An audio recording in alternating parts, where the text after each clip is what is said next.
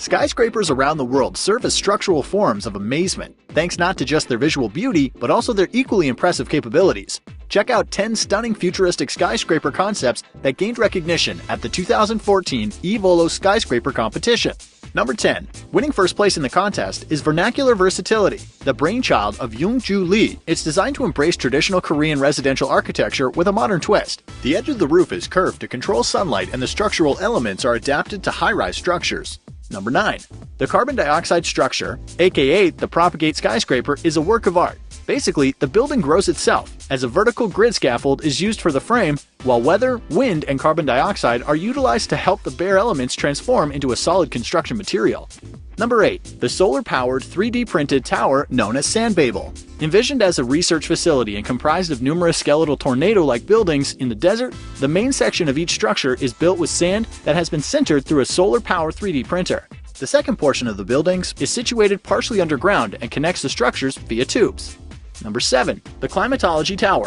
It appears to replicate a tree stashed in an egg-shaped dome. The function of the structure is to serve as a research center for urban meteorology that uses mechanical engineering to correct city environments. Number 6. The Launch Spire is another cool entry, made to look like a rocket. Perfectly described as a cylindrical matrix of super tall structure, the goal of the Launch Spire is to improve the future of aviation by eliminating aircraft's dependency on hydrocarbon fuels during takeoff. Number 5. The Hyperspeed Vertical Train Hub is geared towards the transport generation. The designers propose that it will help reduce CO2 emissions and change the world of international trading. The building will work with a hyperspeed under- and overground network, complete with trains that can travel 300 miles in half an hour.